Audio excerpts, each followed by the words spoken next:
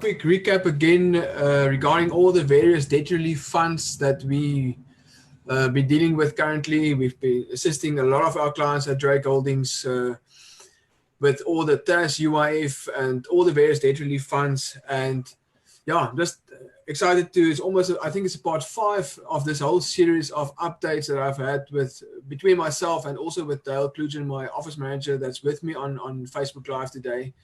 So Dale, again, thank you very much for taking the time. I promised you it will only be 10 to 15 minutes today with you. I will do a quick summary regarding all other debt relief funds as well today. So I'm first going to give Dale some time to go through all the frequently asked questions that she have, and also an update on UIF, TAS UIF. And when she's done, she can actually go on with her work, and I will proceed with all the updates on all the rest of the debt relief funds that also just give you some feedback on it. And also some of them have successfully been, a lot of them has successfully been able to get some funds for our clients, and some of them very disappointingly couldn't do anything. So yeah, today is really just a quick summary of everything, and I'm going to hand over to Dale now, and once she's done, she will leave the room, and it's up to the two of us. So Dale, thank you very much. Hi, welcome everyone. Just a quick update in regards to the TERS. So the TERS was designed to be April, May, June that we're claiming for. June did open yesterday, but there's some technical errors in regards to June. So they have shut it down temporarily at the moment until they sort those issues out. Hopefully that will be back up and running soon, maybe today, tomorrow, that we can start getting in the June in as quick as possible, so people don't sit halfway into July and still haven't received funds. For those who still haven't received April and May in regards to foreigners, they are working on it. Unfortunately, in regards to people with foreigners, those who started working the 1st of March, and where we have received the error that employee was not declared by employer, those have all been corrected on the UI-19. Now, the UI-19s get sent to a centralized email address. And from that email address, it gets processed. Unfortunately, that email address is overwhelmed. The last time I spoke to someone, there was something like 200,000 applications still outstanding to be processed. So it doesn't help us trying to submit because we're just making the duplications, and that also causes the backlog of the work. So we submitted once, and it's just a matter of them getting this application and working on it. It does get processed, it just takes longer. We're still seeing drips and drabs of people's stuff being paid out from April coming through now. That is happening. And then May will follow shortly. It seems to be that once April is paid out and they're happy with that, then May and June doesn't seem to be an issue, because a lot of the foreigners who were paid out in April, May's went through very quickly. There wasn't that big delay. It's just a matter of getting them processed on the system for April, and then from there it gets picked up and paid out. So that's basically the only ins and outs that we're having problems with at the moment. Otherwise, it seems to be going smoothly from now on out. Is there anybody that's watching that want to ask additional questions, specifically regarding TAS UIF right now? I'm just going to have Dale for a limited of time on the call on the Facebook Live, and then she will carry on working. So if there's any questions that you still have regarding TAS UIF, please give it now. And also, just if you're watching, and just shout out and just telling us where you're from. I know Skalkutsi is watching. Thank you, watching from Paul. So yeah, just shout out. In the meantime, Dale, is there anything else that you think? I think there's one thing that really is coming up as well. It's a lot of people start receiving TERS UIF for temporary laydown or layoff, but then also subsequent to that, there might be a retrenchment coming up for potential for employees. What's the procedure currently regarding that? Can the employees claim for UIF, or do they still need to be claimed through the TAS UIF? At the moment, the UIF department is saying that as long as the TERS application is open and the lockdown is running, you cannot claim a UIF outside of the TERS. So they're only processing the TERS UIF. Even if you do give them a retrenchment letter dated for April, May, or June, whatever the effective date, those people are not being helped. They're actually being told that they will not be processing those UIF returns until such time as the TERS has finished. Once TERS is finished and they've actually closed this fund, I think from then they will resume going back to the normal UIF benefits. So at the moment, until such time as it's open, I advise you to claim the funds through the TERS UIF. They're at least receiving some funds, and when that's closed, you can do the retrenchments based on operational, each other way you're doing it, and then they can go and do the retrenchment, claim the UIF as per the normal way. Okay. Hi Andrew, thanks for watching. My big good friend from Fishhook, Russell Julius as well, assisting us a lot these days with digital marketing, video editing on our YouTube channel, Jasper Basson, Accounting, Tax and Habits. So if you haven't been on there yet, please go subscribe and follow us there as well. It's a lot of accounting, tax tips. We do also put all these live feeds on there, and also a lot of daily habits and success tools for entrepreneurs. So if you haven't subscribed yet on that channel, please go to YouTube, Jasper Basson, Accounting, Tax and Habits. So yeah, thank you everybody for watching. Dale, I think that's about it. I think everybody knows the bigger process and knew the frustration, especially in the beginning with TERS UIF, and even last month, opening very late for my applications. I'm very glad we actually spoke about it earlier this week, about when general potential will open, and then all of a sudden it opens like that next day. So I'm very, very surprised and very glad that it actually opened still in June, so that we now have another rollover of the UIF and the claims. So yeah, if you still need to be able to claim or want to claim this UIF, need assistance, be in contact with us, send us a inbox, and we will assist you. So Dale, thank you very much. I think everybody's done. There's no further questions. I think you've got, especially our monthly accounting clients, I think everything is under control there. Everything's been handled. It's just that few frustrated clients that deals with the foreigners, etc. All the issues that you actually mentioned already is the ones that's still there. So yeah, thank you very much. Thank you for your time again today, and thank you for all your assistance with all our monthly accounting clients. I really appreciate that. Only a pleasure, anytime. Enjoy your work. See you later. Bye everyone. Okay, bye. Thank you for watching. Just a quick reminder to grab your gift bag for entrepreneurs in the link below. It's a gift bag for entrepreneurs to the value of 57,000 Rand, free of charge. All you need to do is activate it. Part of that gift bag for entrepreneurs is a voucher of 3 months for 3 months free accounting services from a company, Dryk Holdings. All you need to do is activate the gift bag voucher in the link below, and we will be in contact with you as soon as you've done that. I will take over from Dale from here. I just want to give you some feedback and some insight regarding all the various debt relief funds. It's been a very frustrating time for us, I think for all accountants, regarding the debt relief funds itself, apart from the TERS UIF. So just to run, I'm just going to run you through some of the bigger ones and the ones that we seem to be that's been working. So the one thing that came up was a Sakuma fund that a number of our clients actually applied for, and well, at least we've done an application for them, and some of them started receiving links, but it's a very lengthy process. I think about 4 or 5 of our clients actually received a link of the, I think it's about 40 people 40 companies that applied. So it's merely just a waiting game.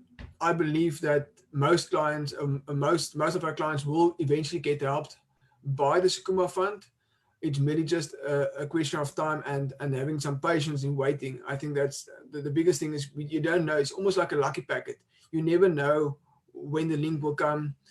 There's no rhythm in the process of applications. Some of the applications we done last, or the names we put in last, actually came in first and the application came through already. So, but if you don't know where to do that, I actually just quickly want to share the screen with you and just guide you through that process quickly, very quickly. Let me see if I can quickly get there for us. Seems like that page is lost for the moment. Let me quickly open it for us, and then I can quickly show you that to you.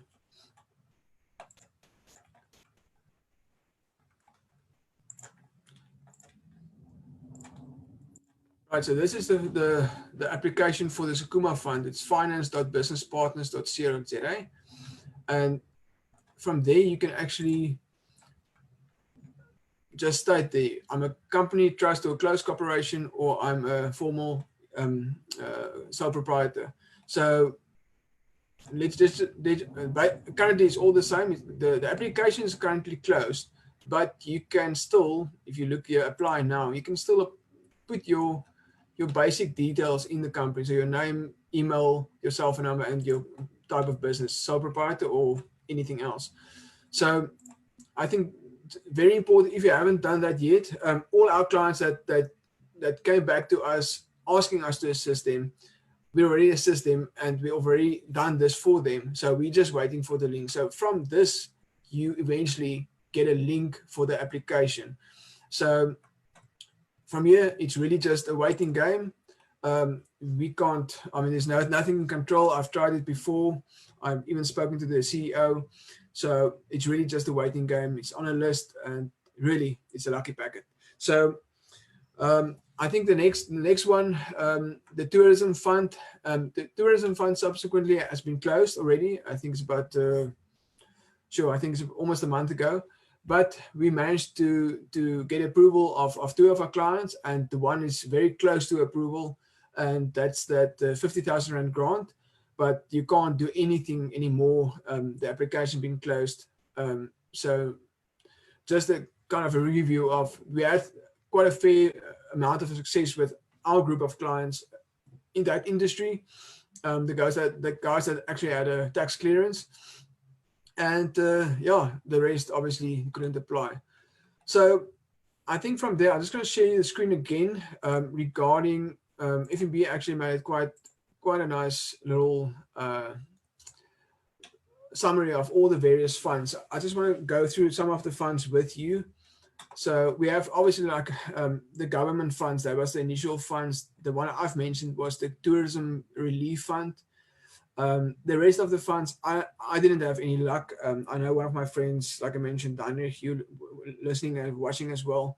I don't know, I'm not sure if you have had any luck with that, but we didn't have any luck with that. And so the most of the luck we had was during the Sakuma, and also obviously through the bank COVID-19 loan scheme fund. So that is that. There you go, the COVID-19 loan scheme.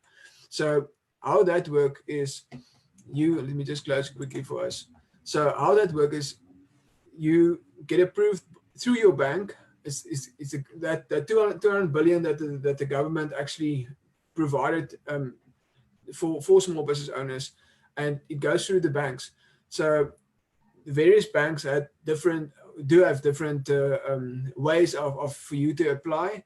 I must say, some of the banks impressed me a lot, and I'm very disappointed in most of them for the way they handle the application. The most of the bankers, relationship managers don't even come back to you. There's no communication. So you don't really know where you stand with that, up to the point where you potentially get an application approved or declined. But in most cases, I've dealt with two of the bigger banks, and you don't even get a correspondence back. So you don't even get to a point where you can apply. The one bank that really impresses me and impressed me during this time was Standard Bank. They've done an online portal where you can do the application. So it's about 50 questions that you need to complete. And within about 5 days, you at least get a decline or approval from there. And we seem to have found the rhythm of what they seem to be looking for in that applications as well. So we have had quite a big success ratio especially on the Standard Bank loans. So yeah, I mean that, but again, that is just as a reminder and just a recap on how does that loan work. So they call it a COVID-19 loan scheme, and you get approved for a lump sum for 3 months working capital amount, and you get that repaid or paid to in installments of 3 months for the next 3 months, and you only start to repay the loan in 6 months time, but obviously incurring interest, and the loan has been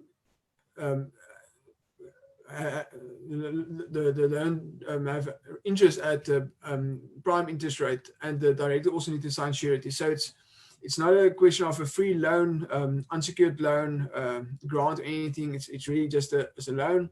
The director needs to sign surety, and it's also at the interest rate of roughly a prime rate. So expensive loan, but it seems to, especially as the lockdown progressed and levels doesn't really get to level 1, it seems like a lot of entrepreneurs had to go to that route, and at least, like I said, the Standard Bank clients did receive, a lot of them received approvals and actually received some of the money as well already. So that's from the bank side. Let me think if there's anything else that I missed regarding all the funds. So that's the biggest funds that I've worked with and I've also had success with. So this morning there's something totally apart from the banks or any loans of the government. We actually receive a notification from Google, which is quite nice. So they also decided to assist small business owners during this time globally, and they set aside quite a big amount for advertising for people that already use their services. So obviously, when you do AdSense, you have an AdSense account, and you can do marketing. You have an account with them, and you can obviously use their services on ranking on Google, certain keywords, etc. So we actually receive, I think, between the various companies that we have, on an average about 2,000 to 3,000 rand gift voucher for each company that we can actually use during this time for extra marketing for our company. So this is quite, but I think that's a very good gesture from Google, giving small business owners some time and something to use for advertising. Right, so I think that's about it from debt relief funds. I think it's very important that everyone just take note of the fact that it doesn't matter where you go for debt relief funds, you need to have a valid tax certificate. These days it's not really a tax certificate, it's actually a tax compliance certificate. There's a TCS PIN, so you actually just get a PIN, and that's a continuous way of monitoring if you are tax compliant. So the previous years, up to a few years ago, they had a tax clearance certificate that was valid for 12 months.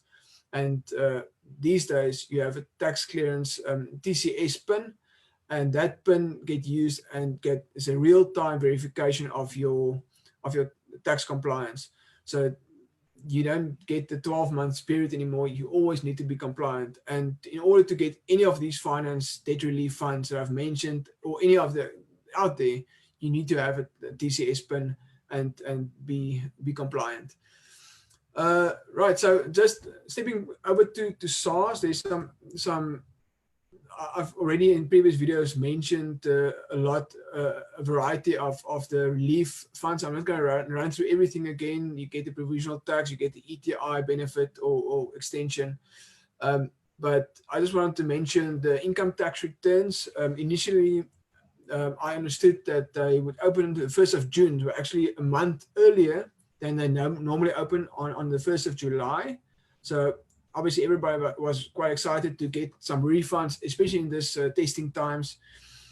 But subsequently to that, the actual opening date where you can actually capture your income tax return would be on the 1st of September.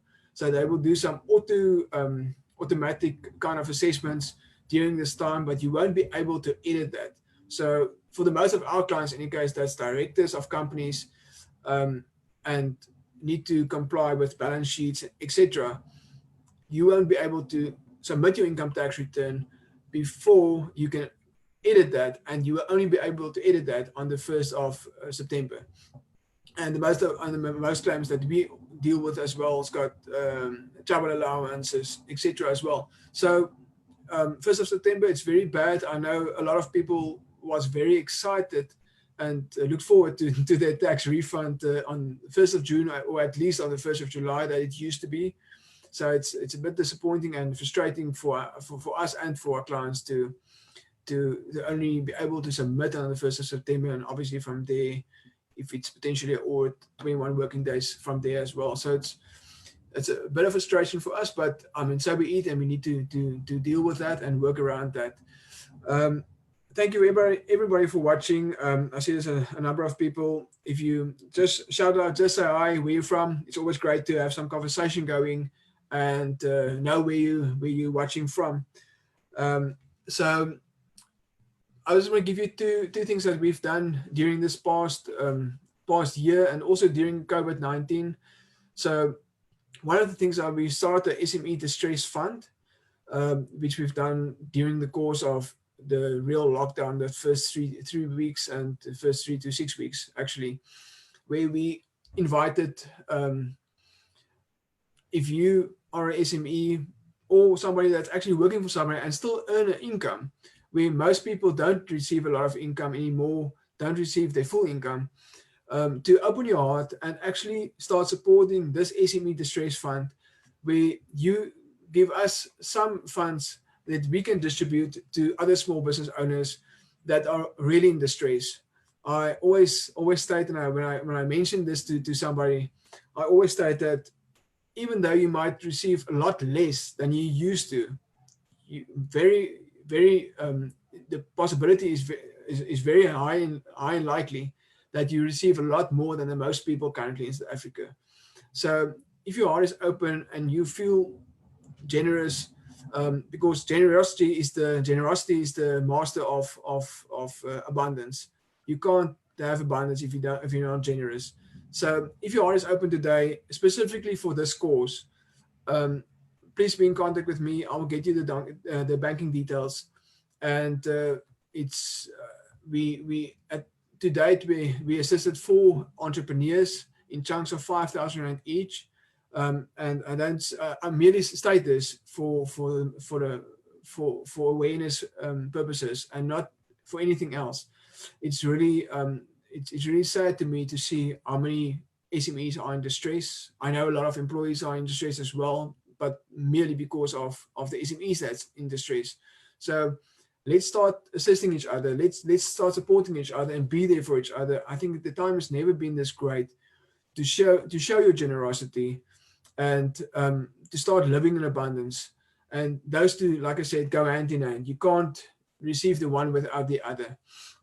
So that's the one thing that we started, the SME Distress Fund. And then, like the most people might know, is you've probably been aware of that, but we started a give back for entrepreneurs to the value of 57,000 Rand. It's absolutely free of charge. You don't have to pay anything for that. There's no hidden cost, hidden agenda. It's really a lot of various small business owners came together that provide a lot of value. So one of those are obviously it's Dryk Holdings accounting firm. We provide 3 months free monthly accounting service to the value of 9,000 Rand.